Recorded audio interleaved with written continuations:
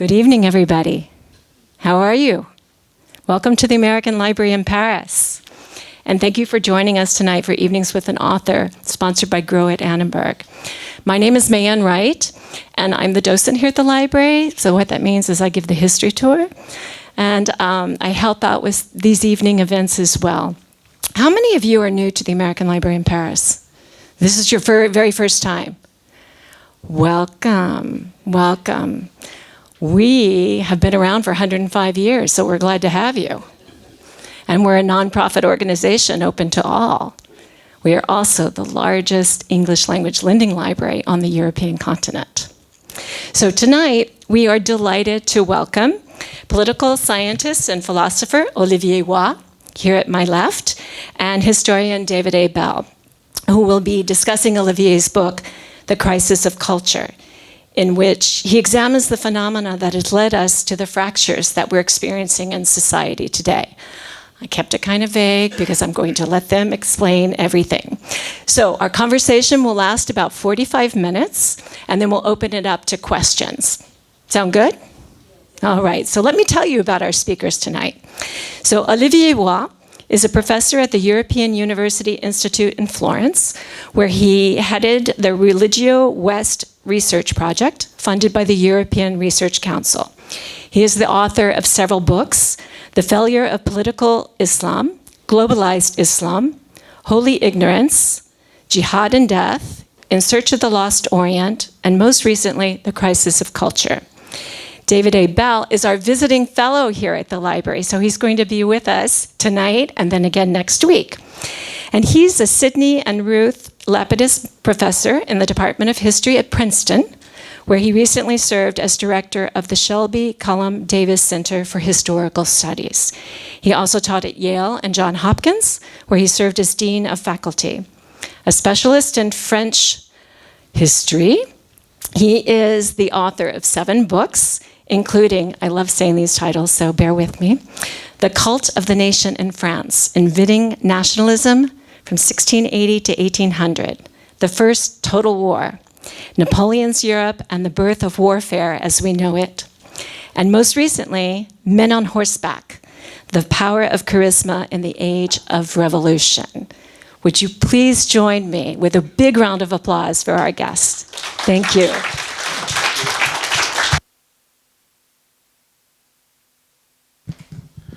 Good evening, everybody. I'm glad to see so many people here. It's a great privilege to be able to be in conversation here with Professor Roy. Delighted to have the chance to talk with him about this fascinating, ambitious, and provocative book. It's a book which is called The Crisis of Culture. But by culture, Professor Roy doesn't just mean what we English speakers might call high culture, art, music, literature, and so forth. It's not primarily a book about novelists or painters or composers. It's actually about 2 distinct forms of culture. One of them is indeed high culture, and more particularly the way it takes shape in national canons. So, for instance, the French literary canon, which could run from the Chansons de Roland to the present via Montaigne, Racine, Voltaire, Victor Hugo, and so forth. But the other form of culture he's discussing is, well, basically everything about the way human beings understand and deal with the world around them. So the crisis of culture is in both of these, so it's about as big a crisis as you could possibly imagine. Now, the crisis involves what Professor Roy calls the deculturation of cultures. In his view, the old shared frameworks in which people understood the world around them is collapsing, coming unstuck. Culture in both of the senses in which he uses the word is eroding away. What we're left with are patchworks, scattered symbols, and what he calls, and I'm quoting, codes of communication disconnected from real culture. These codes are related to identity politics, to the way that people come together into militant groups based on supposed shared identities. But in the modern world, these identities are actually often very shallow, like the way that Italian Americans and their identity get reduced to pizza and The Godfather. But even in these cases, the codes can generate tremendous moralism, tremendous sanctimony, and what Professor Roy calls the empire of norms. Every identity group has its litany of suffering, And groups are quick to condemn the people they blame the suffering on and to demand reparations. And reparations, he argues, in turn turns political justice into a mere transaction. So in short, the older forms of culture have really degenerated, in his view, into attempts by identity groups to impose normative forms of behavior on everyone else. Now, he has an explanation for why this crisis of culture has come about. It involves several separate developments, beginning with the youth revolt of the 1960s, with its challenge to older forms of moral discipline, its embrace of hedonism. Then there is what we could call neoliberalism, sort of basically trends in political economy since the late 1970s, which tend to reduce everything to a financial transaction and which are tremendously destructive of social and cultural bonds. Third, not surprisingly, everybody's favorite culprit, but for a very good reason, namely the internet, which reduces everything to profiles and algorithms and contributes in many other ways to cultural fragmentation. And finally, globalization and the way that individual national cultures have increasingly been put into a giant blender because of the frantic movement of peoples and information across the world. So you put these four tremendously corrosive developments together, and they eat away at older forms of culture until there's nothing left. So this is a very challenging book and very ambitious book. It's a book that deserves considerable attention. So let me plunge in right into the questions. I'll start off with two. The first one is very simple. What did I get wrong here? I hope I summarized the book adequately. But then a second question, and then I'll turn it over to Professor Roy.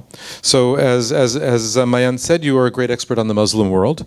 You've also worked considerably on the plight of young Muslims in Europe, who often feel very disconnected both from their families' countries of origin and from the countries they are living in today. It's a situation which, of course, generates an enormous degree of anxiety, enormous degree of anger among a lot of these youths. It certainly helped produce the kind of nihilistic terrorist violence that France experienced in 2015. So could you maybe comment a bit on the way that this earlier work led you to the new book, and would you say that the young Muslims that you discussed in this earlier work represent perhaps the crisis of culture that you're discussing here in particularly heightened form, and perhaps even in its purest form? Thank you. Thank you. So you perfectly summarized the book, and I think we can now go directly to the question and answer. Don't need to spend but you asked me a question, which is a good question. In fact, I always worked on culture and religions. My first book was entitled Leibniz and China. It was my master thesis, so I was 22. The book is still, by the way, selling. And I always was interested in religion in general. But through my personal trajectory, I was immersed in the Muslim world very young. So I started as a backpacker, going to Afghanistan by hitchhiking. So it was not through the academic way, it was through the hitchhiking. The youth had many reasons to go to Afghanistan at that time, and I was part of this movement. So I was so fascinated by Afghanistan that I learned Persian. I get a degree in Persian language and literature. I travel, of course, through Turkey and Iran to go to Afghanistan, and then I went to Yemen, to Egypt, to Syria, so for 10 years, not working as a professional nor as an academic on the Middle East. But I had a direct connection with the Muslim world. In France, I was a school teacher of philosophy in the 70s in Dreux. Dreux is a very interesting place because it's a city where a third of the population is with a, let's say Muslim background, Moroccans, Turks, and so and so. And when I was a school teacher, I had the second generation, the children of the first generation of migrants. So through my job, I was involved in the issue of integration or assimilation, of what you want, and of reconstruction of Islam by a second generation which was not able to share the cultural background of their parents. It was mainly a labor migration, of course. The parents, especially from Morocco, were from the countryside. poorly educated or not educated at all. So it was a migration of people without their own elite. And for the parents, there was no real problem. They had their culture, their language, but they were unable, for different reasons, to transmit to their children. So the children were starting to recast their identity in different ways, not necessarily in a religious way. And I was observing that. In the same time, so at the end of the 70s, the Soviets invaded Afghanistan. And because he was very attached to the country, he decided to go back to Afghanistan, but on the side of the Mujahideen, and to work this time as a scholar on what is the impact of the war on the traditional Muslim society. So, in a way, I had the two, that the jihadist movement started in Afghanistan, and I was there, and you had the backlash in France, so I was at both sides of the spectrum. The second generation, and among this second generation, the people who became radicals. And I was also in Afghanistan during the jihad, so I saw the matrix, the religious, ideological, sociological matrix. How do you become a jihadi in Afghanistan? Why do you join jihad when you are a second generation deculturated guy? So that was my spectrum. And working on radicalization, I realized something I look at political radicalization, which is violence, but I look also at what is called religious radicalization. Which kind of theory? How do you become religiously radical? What does it mean? Because a monk, for instance, is somebody who is religiously radical, but a monk is not necessarily, but he's not necessarily violent. So how does it connect? And I look at the religious movement called Salafism. It was in the 90s. And I realized that Salafism is a consequence of the deculturation of religion. The fact that religion is no more anchored, moored, in tradition. So these people are recasting religions as a purely normative system.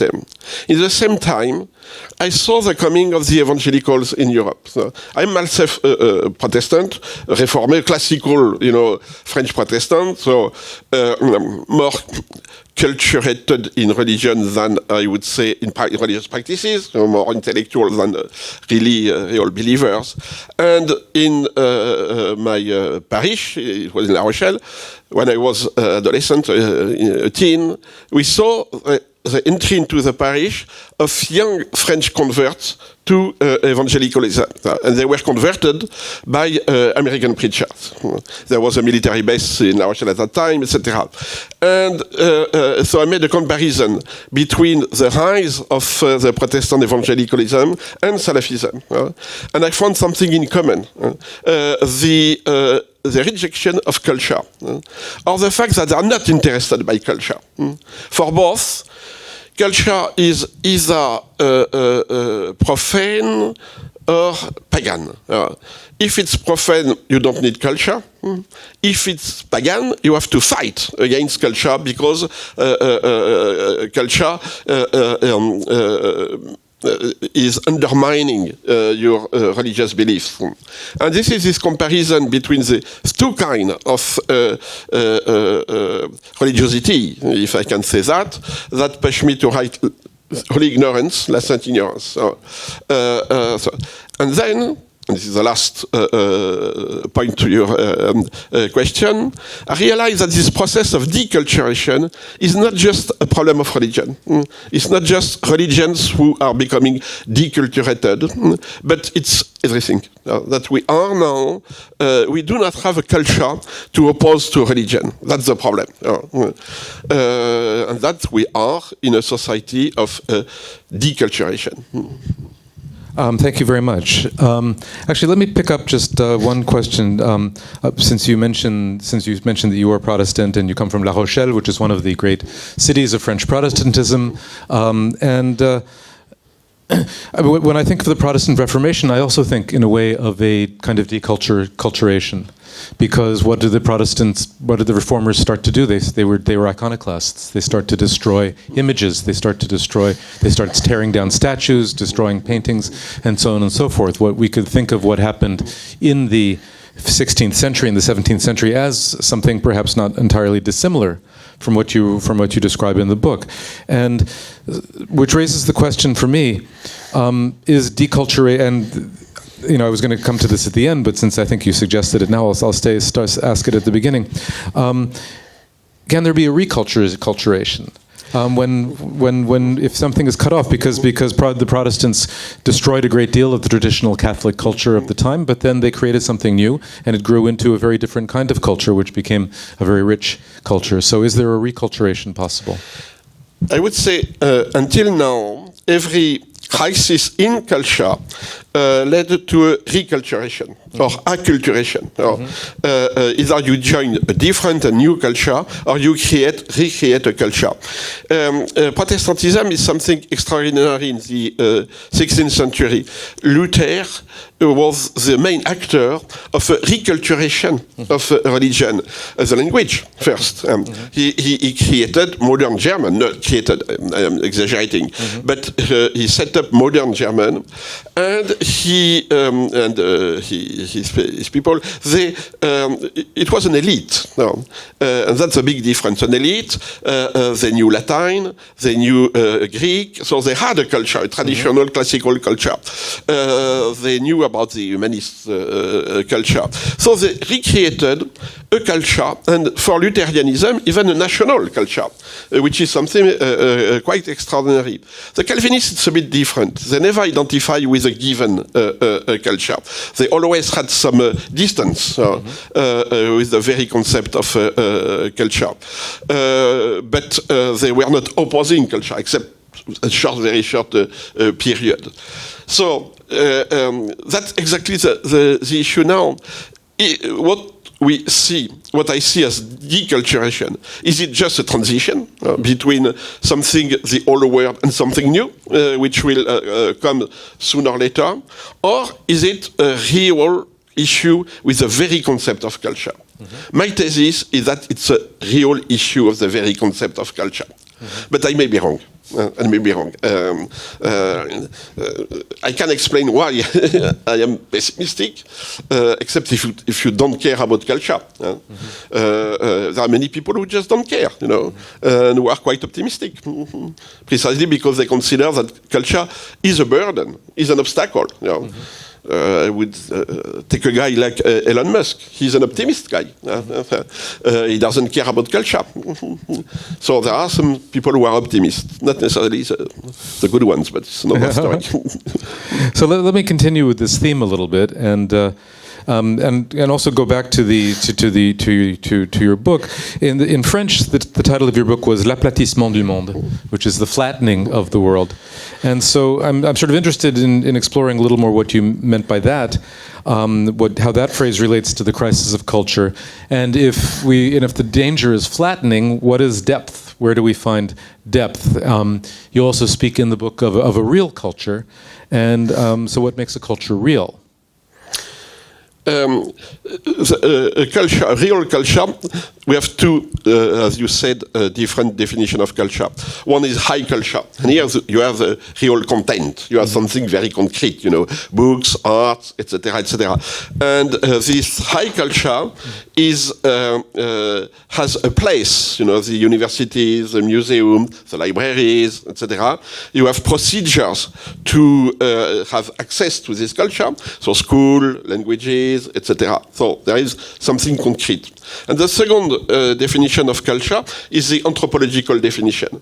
Culture is something that we share implicitly. The language, we have mother tongue, and we don't need a grammar and a dictionary to speak our mother tongue. It's implicit. You have emotions, for instance. In a given culture, people, they recognize emotion. They know if you are sad, if you have hungry, etc., etc. You have body language. It's implicit, and we understand this body language, because we share an implicit culture, an implicit system of symbols, representation, and so on. So it's real because it works, because you have no society without this anthropological culture. And my thesis is that both are in crisis, but starting with anthropological culture. So just to push you a little bit on this, because you said all societies have this implicit understanding of culture, and yet you're also positing that it might be possible for this to collapse. If it is such a basic condition of humans in civilization that we always create a culture around ourselves, won't this inevitably happen even in the midst of this crisis you're talking about? Yeah, there has always been crisis inside the culture. If you take colonialism, for instance, colonialism did destroy culture. But colonialism in itself was a culture, and led some sort of a choice, if I can say that. Either you join the new culture, or you create some sort of a métis culture, or you die. You stop to exist. We have, the anthropologists have studied some societies, or more exactly communities, which suddenly decided that they do not exist anymore. So they went to suicidal attitudes, alcoholism, etc. But it was at the margin. There always was a dominant culture. So we had already processes of globalization.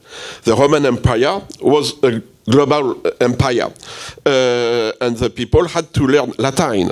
But they didn't learn Latin just as a way to communicate. They learned the literature. Augustinus complained that he had to learn not just Latin, but whole literature to be part of the elite. In the 18th century, when French was a dominant language in Europe, people who learned French used to learn the French culture. The Russian aristocracy, they hired French teachers and to teach their children the French culture. So they used to learn to read Racine, sometimes Voltaire, but okay, it was not so popular in Russia.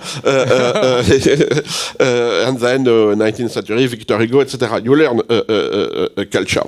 Now we have a global language, which is English.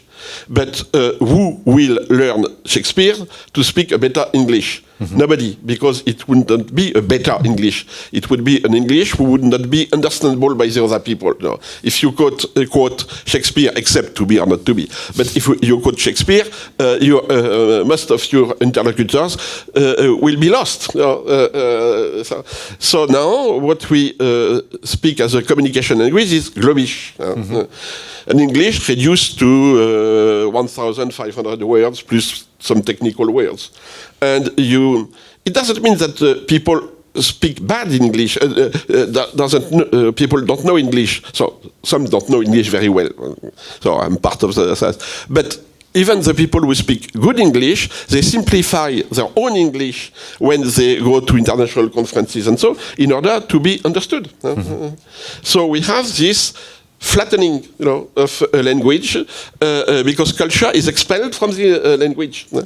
Take the European directive on using languages in Brussels. That's very interesting. Officially, all the European languages are official in Brussels. So you can even speak Gaelic if you wish. The problem is translation.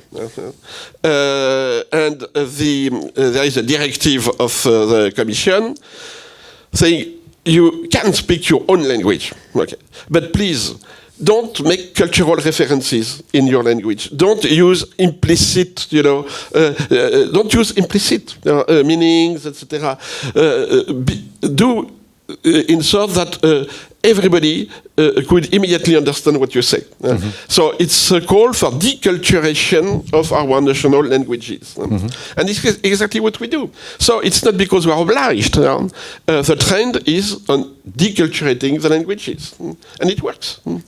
So in the book, I mean, you have some really fascinating pages about what passes for global culture today, and you talk particularly about youth culture. And I could, I'm very persuaded by what you say, but I could imagine somebody much younger than either of us coming in and saying, well, there's a different kind of global culture today, which is based on music. It might be based on video games. It might be based on television shows. It might be based on things that circulate in social media. And that, it's not Shakespeare, but it's not Globish either. And that it has a much more complicated set of rules and reference. There are standards that people apply to it. They say, that for judging whether certain artists and certain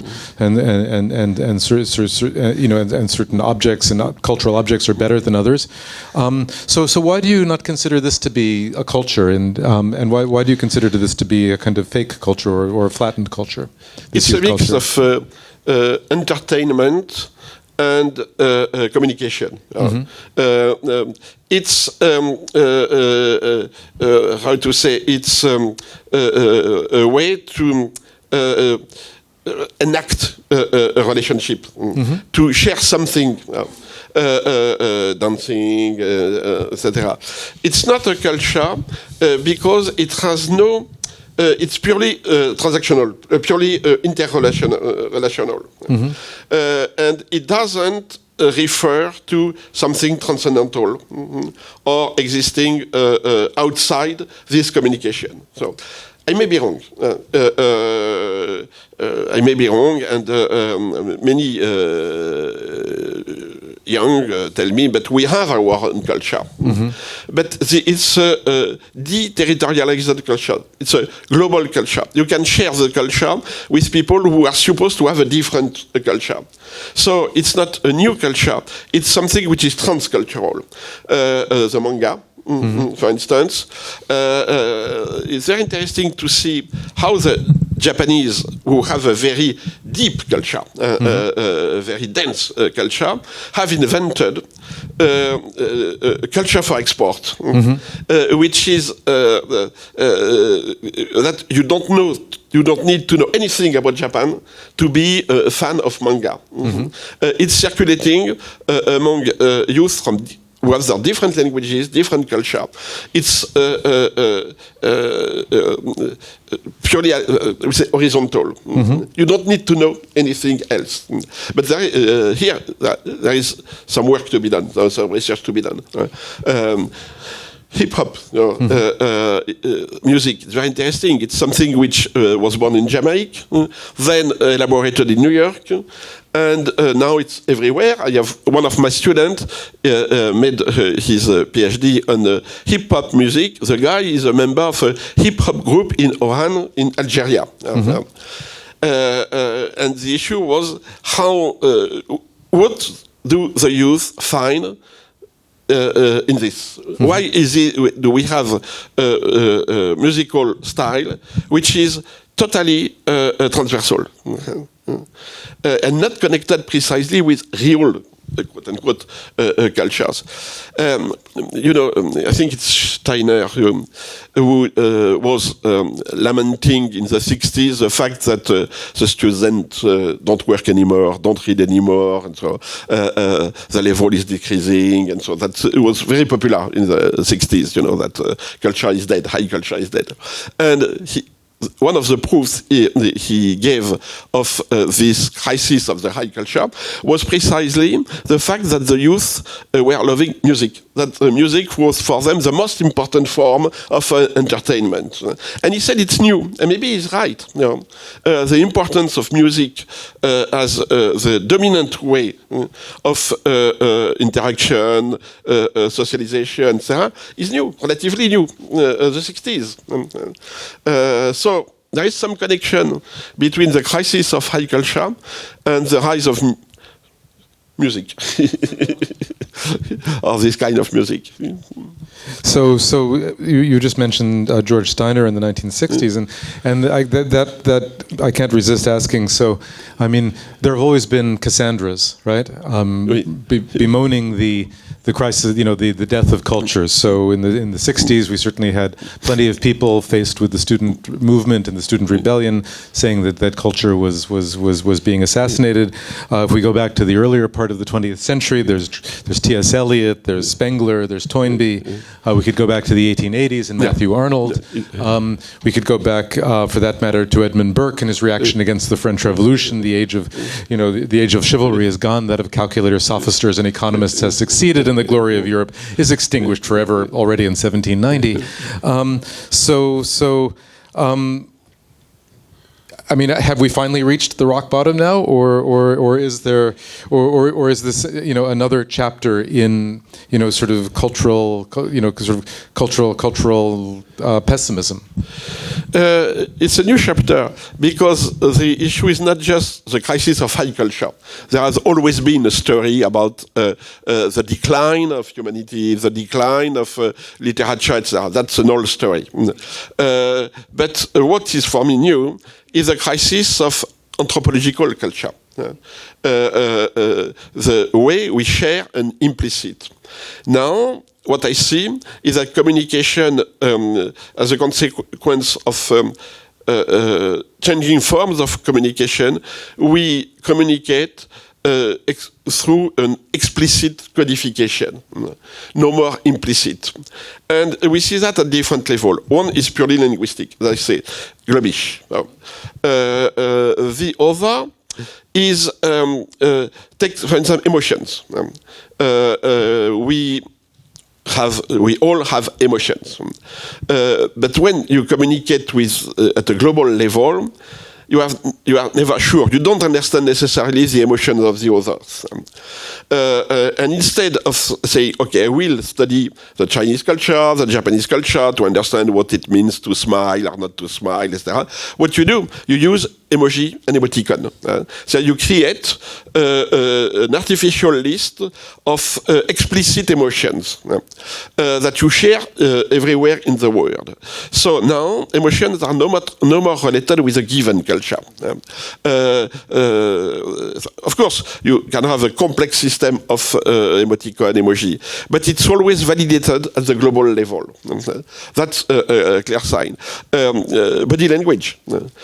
Now we are encouraged to have a minimum of body language because it can be inappropriate or there could be a misunderstanding. So we are using a global limited system of body language. You high five, and you see the internationalization of this kind of.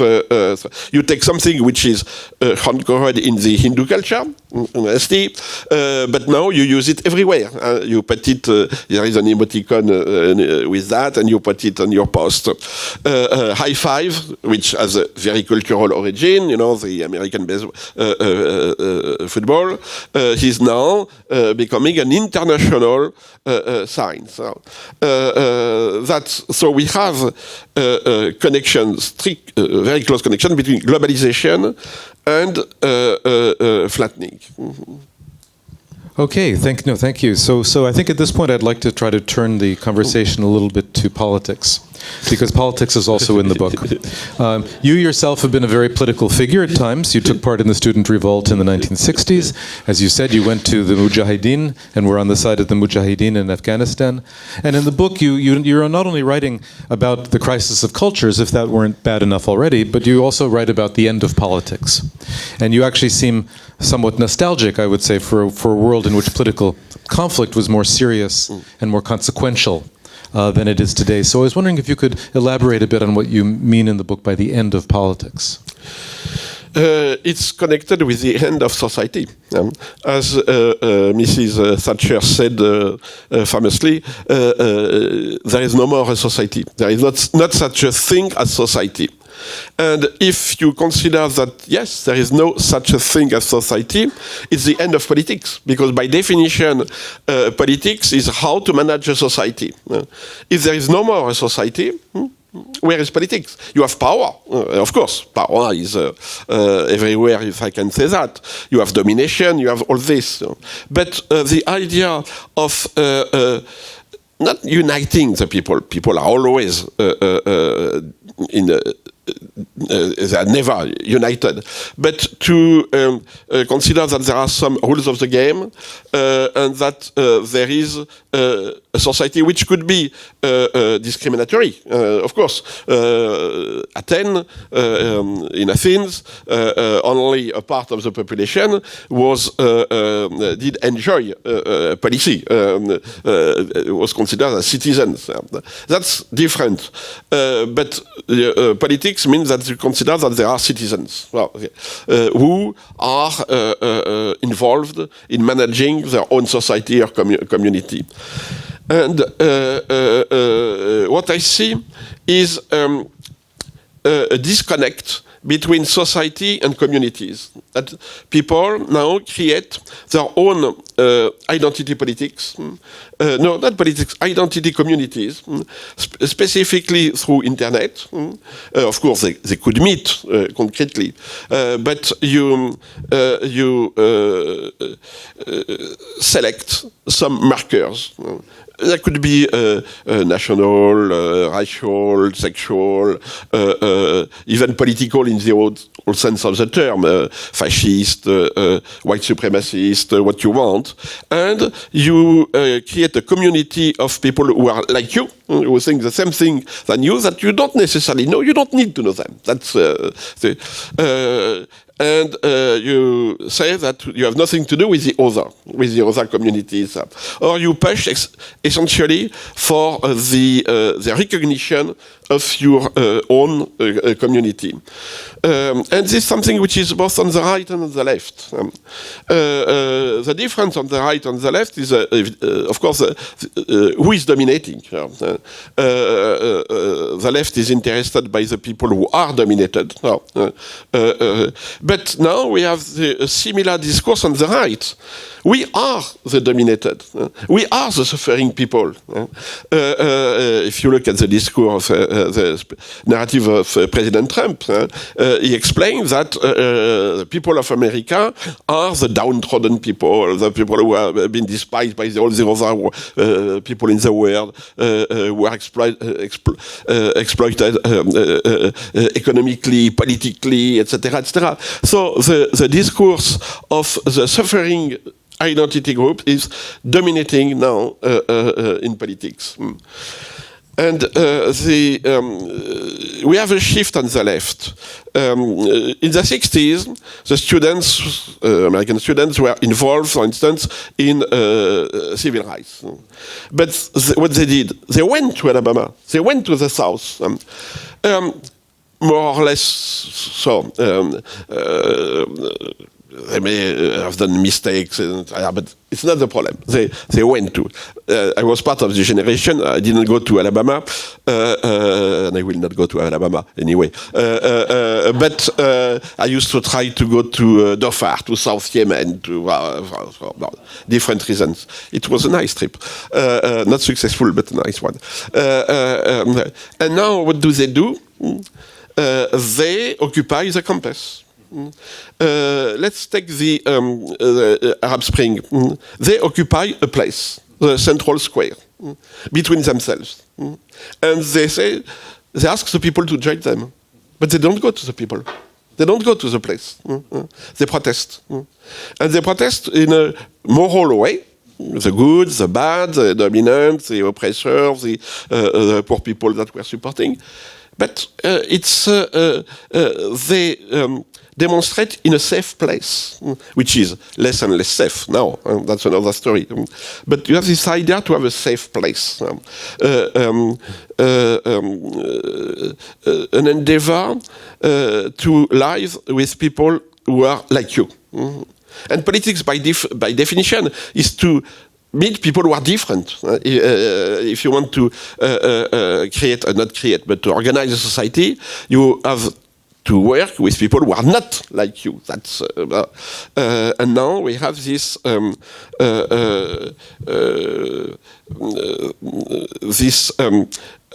decoupling of community and real life, if I can speak like that. It's the same on the right. If you read the book of Rob Dreher, the Benedict option, he explains that now the Christians, they lost the fight, secularism won, and the Christian now should find some places, territorial places, neighborhood, a small city, sanctuary, to live between themselves, to isolate themselves from the pagan society and to wait for the Holy Spirit to go to the Reconquesta. So they may have to wait a while. But let me though pose a sort of a different example for you. You talked about the Arab Spring, but I could talk about a different example in which people occupied a large square, and it wasn't quite like the Arab Spring, and it certainly wasn't safe, which was the Maidan in 2014 in Kiev. And it wasn't, I mean, I'm not sure I would consider that an example of what the French would call la politique identitaire, identity politics. They were protesting against a corrupt and oppressive regime, and they did succeed in actually chasing that regime out with Yushchenko, and they brought in something much closer to democracy in Ukraine. And today, we see, of course, authoritarian regimes, increasing in power around the world, and we also see movements protesting those. And are those movements that are protesting authoritarianism, are those also identitarian movements, would you say? Or is there a chance in the protesting against and the fighting against authoritarian regimes, is there a chance for a return of what you call politics and real politics? In Ukraine, yes, because it was also a nationalist movement, a democratic movement, but also a nationalist one. So they had something cultural to defend. The language, even if they didn't want to make Ukrainian hegemonic. In a sense, let's see the religion, the way the Ukrainian nationalism is connected, with which kind of Orthodox Church or with Catholic Ukrainian church. You had a debate with real, I would say, institutions, nations, etc. So the proof is that they fight. That you have a nationalist feeling. They fight, which is not the problem now in Europe. Is who will fight? The Poles will fight. Okay, but the Germans, the French, fighting. That's okay. The other. You mentioned the Ukrainians. You also the Iranians. Yeah, sure. You have a civil society in Iran, and which is not fighting on identity politics. Clearly, they want to get rid of the regime, and you have still strong nationalism in Iran, which is something important.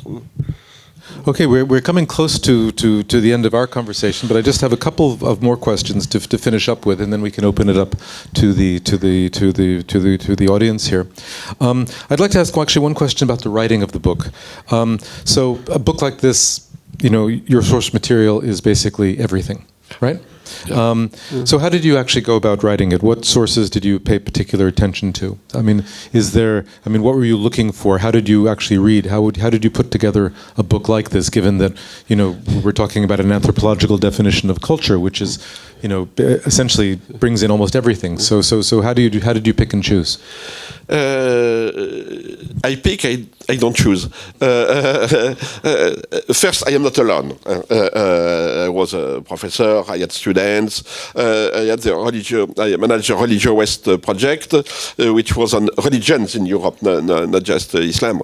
And my students, colleagues, and so they knew what I was doing, so they used to send me, and they are still sending me everything they find something interesting. So it could be in China, it could be from Indonesia, from America. I have a lot of vignettes, if I can say that, small stories. The way the Chinese government is reorganizing religions in China. It's interesting also. Everything. The newspapers, internet is a fantastic ground, place to find stories, etc. But it's not scholar way to collect facts. Absolutely not. So I made a proposal to the European Research Council before writing the book. I explained them what I wanted to do, and I asked for financing a research project, a collective research project on the ideas of the book. And so they know me, the European Research Council, they know me, they have a good opinion of me, but they said, look, professor, we don't know what it is. Is it philosophy? Is it sociology, political science, anthropology? I say, it's a bit of all. No, sorry, it's not academic. So I'll just ask one more question here, and then we'll open it up to the audience. And there are a lot of ways, I have to say, in which your book makes for very depressing reading. You use phrases like, I'm quoting, "We live in a permanent atemporal dystopia." Or what is now, another quote, "What is now looming on the horizon is not utopia, but apocalypse." Well, I mean, I didn't really need any reason to feel more depressed, but you gave me that. So let me ask, I mean, what is, I mean, are we simply, is this a kind of book of doom? Or is there some hope that culture can regenerate in some way, even in the midst of all these corrosive forces that you see at work? So it's a pessimistic conclusion, because it's better to have a pessimistic conclusion. If things go wrong, you will say, I was right. And if things go well, okay, I'm happy, if things go wrong. It's a win-win situation to be pessimistic in a book. But it's an open question. I don't know. What makes me optimistic is that my kids, I have two sons in their 20s, they think that my book is very boring. And that's me optimistic, so they find the book boring, so maybe they have something else in mind. The issue for me is a social bind. A culture is always a condition for a social bind, and when you have a social bind, you need a culture to communicate, to have a real communication. What we have now is a general crisis of the social bind. Neoliberalism, as you said, it's individualism. We have a disconnect between the states and civil society everywhere under different forms. Internet puts you in a virtual world which is not connected necessarily with where you are living. But human beings are cultural by definition. Okay, you need a language. And secondly, human beings are social by definition. And what we can see is that there is a quest for social binds. The movement of Gilets jaunes was typically that. These people were just trying to recreate a social bind, something which could not unify but connect their personal life, their professional life, their political views, etc., etc. And they were met by a general contempt from the political class. I'm living in Italy, and that's something which is totally different from France, is the role of the Catholic Church. It doesn't mean that they are liberal. It's not liberal versus conservative. Nothing to do. It's social versus integralist. In Italy, you have what they call the comunità, Comunione Liberazione, Focolare, Sant'Egidio, and they have a real network, among the people. And the church has still, an interest in social things. They might be very conservative. It doesn't matter. That's not the issue here. What we see in Europe, in France, for instance, the disappearance of the social church. The de-Christianization went very far. The liberals in the church are lost. And what we have is the integralists who are trying to reconstruct identity groups around the Mass in Latin. They don't care about the others. They are using now this concept of Thomas Aquinas, Ordo Amoris. I love the closer the people are to me, the more I love them. And Vance, this President Vance, is using this thing. So it means that we give up the idea of universality. And it's very explicit in the US from the evangelicalists and a part of the conservative Catholic also. As you know better than me, the conservative intellectuals now are Protestants who converted to Catholicism, which for me is no surprise that the result. Okay, so that's it's better to interrupt me here. So we have about 10 minutes left. So I see a lot of hands. So let's start with the questions, and maybe one question per person. So we'll start over there, please. And the microphone's coming over to you. Hi, thank you very much. I'm really looking forward to reading your book. I was just wondering, when we're talking about the loss of high culture and how we can, I assume, recover it, and you're saying that if the culture is the English language, and I'm wondering about whether you're suggesting, and I may have misunderstood, that inherent to the Anglo-American culture is an ability to have anything more than a transactional as opposed to transcendental culture. Do you think that's inherent to the English language? Or have I misunderstood? Shall I repeat that? I was speaking too fast. It seems to me that you're saying that our culture today is Anglophone, what did you say it was called? Globalish. And that what characterizes today's absence of high culture is that our culture is transactional instead of transcendental. And my question is, do you think that is inherent to the English language as opposed, for example, to the French or Italian or Latin language, or what can be done? No, it's not. It has nothing to do with the language in itself. It's not because the grammar of the language is more superficial. I don't know what. No. It's because it's used exclusively for communication and not really for literature. You have people. You have novels in English, of course. You have people who enjoy literary English language, sure. It didn't disappear, but it's now an island somewhere. The humanities are disappearing from the universities, not because it's banned, but because there are no more students now. So we still have libraries, we still have the books, we still have people who know, but they're isolated now. Isolated. We should probably move on to another question. It's not connected with English in itself. Because I saw some other. English is a literary language. So back there in the second row, yes. Yes. Oh, my question, thank you so much for your talk. My question is also related to high culture. So I was wondering, the decline in high culture, is it related to the economic failing of a society? Because you need a certain social cultural capital to enjoy high culture.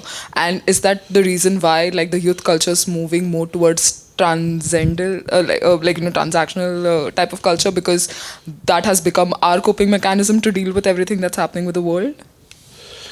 I think that the concept of cultural capital is less and less relevant. If you see now the people who are the success stories in business, is from people who are proud not to have a culture, not to have a diploma of Yale, even when they have, but they don't say go to Yale or Columbia. And so no, they are saying now, destroy Columbia, destroy Yale. We don't need high education. That's what you hear now from the new hyper-capitalists, the high tech. The high tech doesn't like humanities. They despise humanities.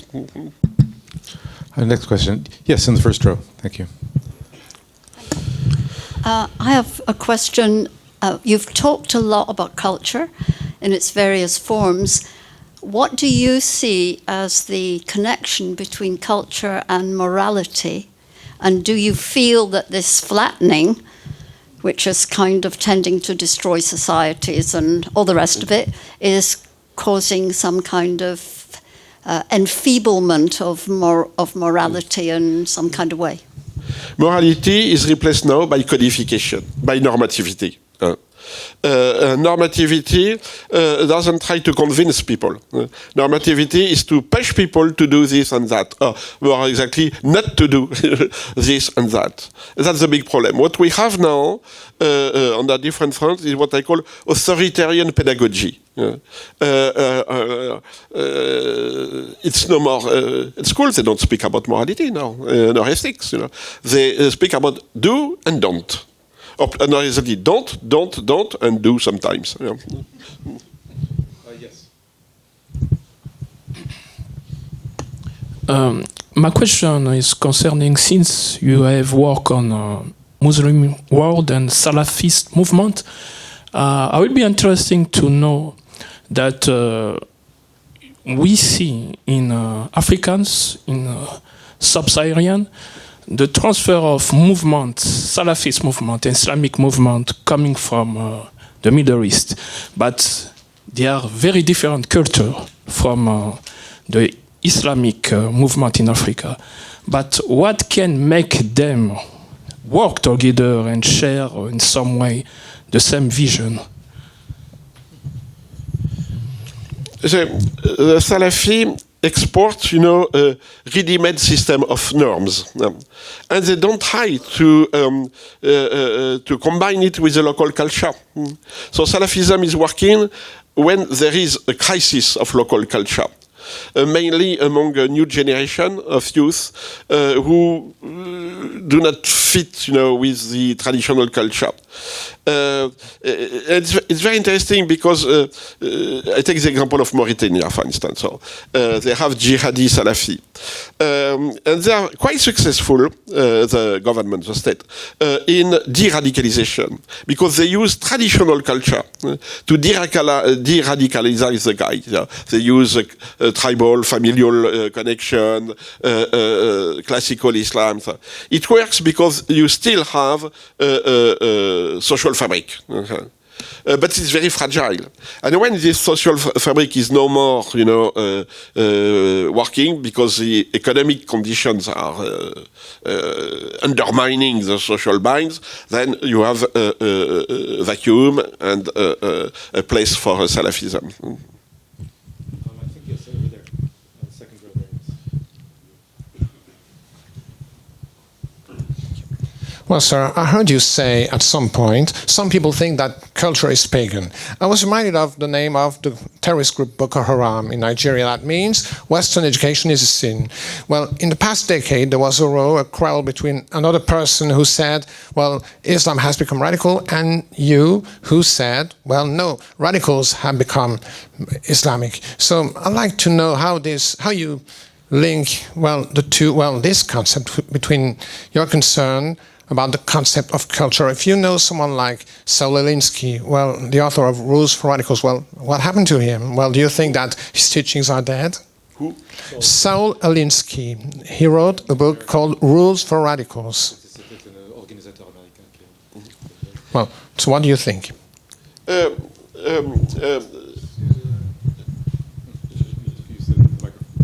Yeah, the connection between radicalism is part of the picture, but it's not. It's just a part of the picture. Deculturation offer a good ground for radicalization. One reason is the relationship between deculturation and an apocalyptic view of history and society. The idea that it's finished, it's the end of the times. The proof is precisely that there is no more culture. And we have this apocalyptic view in very different categories of population. For me, most of the jihadists are in fact people who are fascinated by death, by the apocalypse, and not utopian. They are not utopian. They don't fight for a new society. They don't believe in a new society. They die. When you are a true revolutionary, you try to survive, to organize a new society. When you systematically die in action, it means that you are pessimistic. But I connect also that the young guys of Columbine, they are typically, and they use the same kind of narrative. They use internet the same way. They make videos, etc. We have that. And in religions now, you have growing. Many religions believe in apocalypse. But now, if you look at the American evangelicalists, it's central. The Salafi, it's central. So I think Professor Roy is going to be staying around to sign copies of his book. So I hope everybody will stay and meet him and buy a copy of his book. And but for now, we should just thank him very much for this book and for this presentation.